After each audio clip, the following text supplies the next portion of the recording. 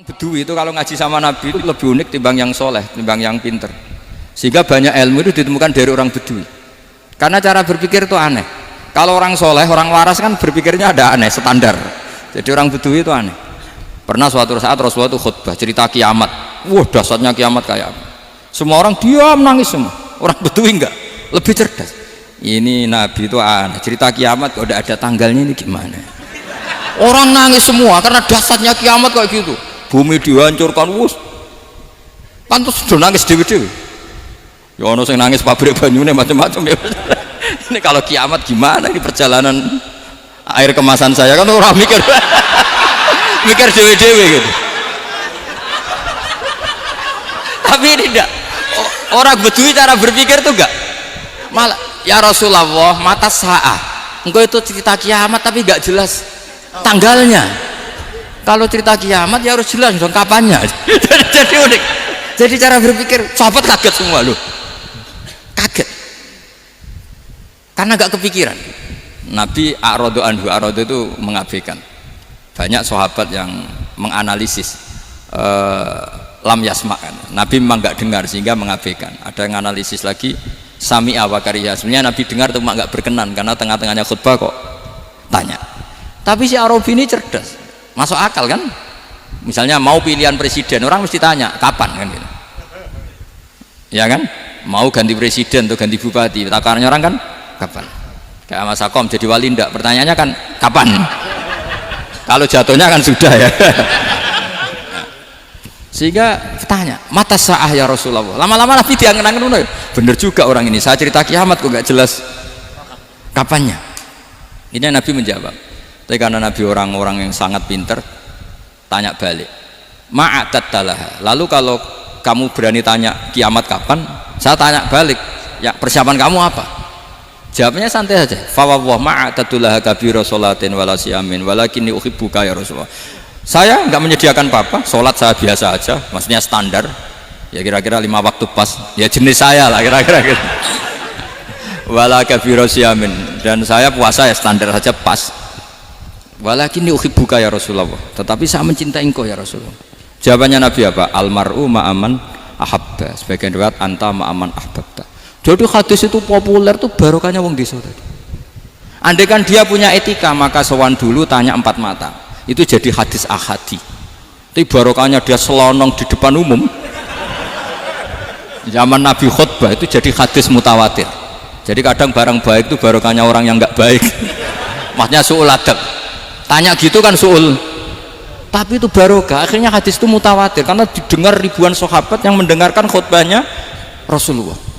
Tapi kalau hadis itu satu-satu kan khossoni bidzalika Rasulullah, khossoni bidzalika Rasulullah, itu nanti jadi hadis ahadi yang kualitasnya jauh di bawah hadis mutawatir. Jadi barokahnya orang su'ul adab itu ya ada karena Allah yang mendesain ini. Akhirnya kata sahabat, kata Anas bin Malik, mereka itu mangkelnya bukan main sama Arabi tadi karena tanya nggak sopan sama Rasulullah. Tapi setelah Nabi jawab almar'u ma'aman ahabba fama farihu bisyai'in farahahum bidzalika badal. Mereka tidak pernah senang dengan hadisnya Nabi sesenang riwayat almar'u ma'aman ahabba. Barokahnya Arabi Bedui. Makanya saya sebagai kiai ini Bedui saya tak pertahankan ila yaumil qiyamah. Karena umat ini pernah terbarokai oleh orang apa? Bedui. Barokah su'ul adab tadi. Jadi mohon ini supaya majelis ini kan majlisul iltorti Rasulullah, coba terlatihlah mengatakan Allah itu subjek, Allah itu al-fa'ilul mukhtar, Allah itu al-fa'ilul mukhtar, Allah itu yang menentukan alam ini. Dan Allah mensifati dirinya wa annahu huwa adhaka wa abka. Allah itu zat yang memberi orang itu bisa tertawa. Dan Allah juga yang memberikan orang itu bisa menangis. Mbok kayak apa kamu neror umat, wah amal nggak mesti diterima gini-gini. Ternyata neng majelis nangis ya, mulai guyu. Kadang guyu-guyu ngenyak tenang nih.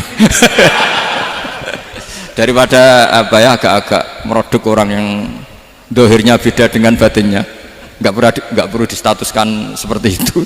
Ya sudah biasa saja. Jadi, nah, fi muqaddimihim, imam besar dalam manhaj ini namanya Abul Hasan apa? Asyadzili. Abul Hasan Asyadzili itu kalau ada orang tanya gini, Bim, Beb saya ini susah, sholat saya tidak mesti diterima Allah gini-gini, marah. Nggak usah. Kafa bika jazaan an radiyaka laka ahlan. Sudah kamu ditakdir pernah sujud itu sudah keren. Saya itu andaikan dapat kabar dari malaikat bahwa sholat kamu tidak diterima, saya tidak susah. Bukan karena sombong, pernah ditakdir sholat sujud ning Allah itu keren. Kayak apa malunya kita ketemu Allah kemudian kita di bumi tidak pernah sujud. Makanya itu Abul Hasan Asyadzili kowe ora usah mikir salatem ditampa taro ora usah mbok mikir. Kowe ditakdir tau sujud tuh hebat. Kafa bika jazaan an radiyaka laka ahlan. Cukup kamu mendapat balasan dari Allah, kamu pernah ditakdir sujud. Gak perlu ngaji alim alamas, gowo sawi ngalor ngidul jalalain keren. Paling gak malaikat pernah melihat kamu, wah gowo tak kitab kuwedi. Gak penting pahammu gak penting. Karena isra bakat paham Mas. Jadi Abul Hasan Asyadzili adalah orang yang, dan itu Al-Hasani ya, dan itu Al-Hasani. Makanya macam-macam kita yang Al-Husaini sudah kita punya Faqih Muqaddam, punya banyak. Di Al-Hasani yang paling populer diantaranya adalah Abul Hasan Asyadzili. Beliau tuh kalau ngendikan sesuatu itu positif terus. Termasuk itu ketika ada orang resah sholat saya diterima ndak, kata beliau wes sing sempurna ditakdir tahu sujud. Saya itu sebetulnya kadang-kadang miris, wah sholatku tompo tora, tapi saya sangat sadili, sangat sadili. Saya nggak pernah berdoa ya Allah ibadah kami jenengan terima ndak, karena takut kalau doa gitu keterusan itu terus ditompo ora, akhirnya keterusan gitu, akhirnya ngenes. Masa orang pernah sujud ngenes? Lama-lama gini setan masuk, apa artinya saya sujud ternyata nggak diterima? Lu wong kawula kok iskal tentang pernah sujud. Itu kan ibarat gini, kamu ngasih uang sama orang tua kamu, misalnya Habib Soleh ngasih uang Habib Ali, terus apa artinya tak kasih, kemudian beliau tidak terima kasih, itu kan lucu. Terima kasih tidak terima kasih, seorang anak ngasih orang tua itu keren. Makanya saya bangga dengan Habib Soleh ketika beliau mengumrohkan Habib Ali, sudah mendaftarkan haji Habib Ali. Nggak usah mikir diterima apa enggak, wes keren, itu sudah perilaku yang keren, yang hebat. Makanya saya sering ada orang mau cerai tanya saya, Gus saya ini cerai gak, istri saya kurang ajar gini. Gak usah. Tapi bojo kula judes. Uang di bojo iku wis keren, paling gak kowe ra darani jomblo.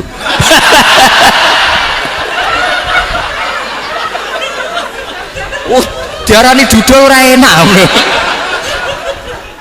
Wis luwe sabar ndi diarani duda mek diarani bojo judes. Enak bojo judes cek gagah. Di bojo lah. Oh iya. Provokator itu. Jadi kafabika jazaan an radiyaka laka ahlan, sudah ditakdir pernah sujud itu sudah keren. Dulu ulama ala hadan nampak. Ulama dulu cara berpikir seperti itu. Makanya ulama dulu kalau nafsiri wasjud waqtarib sudah pernah sujud. Di Quran nggak pernah ada ayat wasjud lan sujudo siro ingkana kada wa kada ingkunta mutayakinan bikobuli sujudi, kan ada sujud ya sujud saja, tidak usah mikir makbul apa tidak makbul. Sudah kalau sujud pasti waqtarib. Terus saya sebenarnya ya sebagai orang ya kadang wedi, sholatku ditompo ta ora. Tapi kalau keterusan nanti ada was-was yang mengatakan opo artine sholat. Lu tuh kan ngeri seorang hamba sing uripe ning bumine Allah kemudian menyoal pernah sholat hanya karena takut gak diterima. Itu kan geblek banget. Nah, saya jenis kiai yang di partai itu. Saya tidak tahu kalau keneng dikom. Sedih umat masa kamu gak ada keren iblis. Jadi lah nanti kalau misalnya ada manhajnya Habib Soleh yang tidak seperti itu tidak apa-apa, mungkin supaya orang nggak takabur, nggak fakhr, sehingga makanya mulai dulu lama itu ya partainya kalau nggak rojak ya khauf. Nah saya ini yang jelas terang-terangan ikut partai rojak saja, apa? Partai rojak, karena banyak yang sudah di partai khauf. Tapi saya rojak yang bil ilmi tadi. Makanya Sayyidina Umar radhiyallahu anhu itu yang namanya sama sujud. Saya itu punya kitab, Habib Soleh pernah tak tunjukin tulisan tangan saya, muji-muji sujud. Sayyidina Umar ketika ditusuk seorang kila itu majusi ya, Abu Lu'lu' terkenalnya itu Hulamul Mughirah terkenalnya itu. Ditusuk, dia sahabat, beliau sahabat wali. Jadi nusuk Umar tuh kayak apa? Nusuk Mas Hakom aja dosa besar, apalagi nusuk Umar. Itu ketika ditusuk, dia itu ya punya dendam, namanya manusia itu punya dendam. Maksudnya namanya orang kan mangkel sama yang nusuk. Kalau orang mangkel itu inginnya kan yang nusuk itu masuk neraka. Tapi apa kata Umar? Ngendikan gini, tanya pertama, yang nusuk saya siapa? Orang Majusi. Orang Majusi, Hulamul Mughirah. Alhamdulillah alladzi lam yaj'al maniyati biyadi rajulin lam yasjud laka sajdatan yuhaju biha indaka yaumal qiyamah.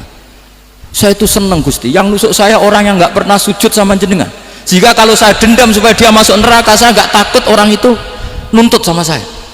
Tapi kalau dia pernah sujud, pernah sholat, kemudian dia masuk neraka karena nusuk saya, kemudian dia berargumentasi, saya pernah sujud ya Allah, kenapa engkau masukkan neraka? Saya tidak berani jawab ya Allah, saking hormatnya sama yang namanya sujud. Jadi kamane dendamnya kesampaian cara Jawa ya. Dendam dengan tanda kutip ya, tidak makna semestinya. Jadi mangkel mbek sing nusuk nak mlebu neraka pantas wong ora tau sujud wae Gusti gitu. Tapi kalau pernah sujud kemudian dia masuk neraka karena saya, bisa yuhajuni biha yaumal qiyamah. Jadi kayak apa sujud? Saya apa? Nabi itu kalau muji sujud sampai ngingetkan wa hatta takuna sajdatul wahidatu khairan minad dunya.